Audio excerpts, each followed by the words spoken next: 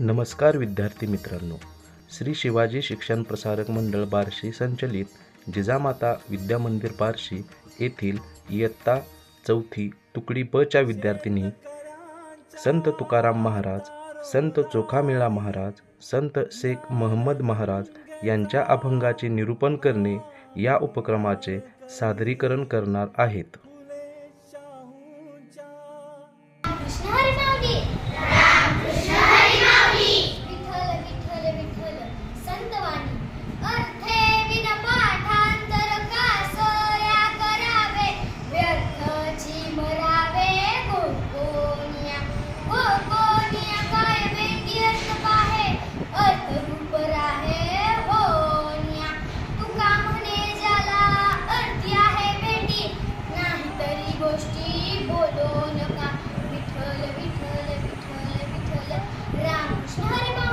संतांचा महिमा आगाध आहे, कारण संत तुकारामांच्या या अभंगातील अर्थ समजतो. आपण अर्थच माहित नसेल तर त्याचे म्हणजेच अभंग, श्लोक, वेद व ओव्यांचे पाठांतर का बरे करावे? पाठांतरच करू नये. फक्त पाठांतर करून काय उपयोग? त्याचा आपल्या जीवनातच उपयोग नाही. अभंग, वेद व शास्त्र हे घोकून काय त्याचा अर्थ समजणार आहे? उलट त्याचा अर्थ माहित करून त्यानुसार आपण आपले जीवन जगले पाहिजे.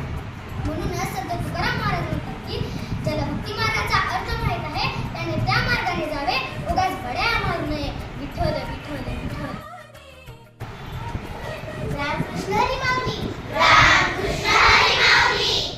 विठ्ठल विठ्ठल विठ्ठल रस डोंगा परी रस लोहे डोंगा, काय फुललासी वरली या रंगा, नदी डोंगी परी जड लोहे डोंगे, काय फुललासी वरली या रंगे, चोखा डोंगा परी भाव लोहे डोंगा, काय फुललासी वरली या रंगा.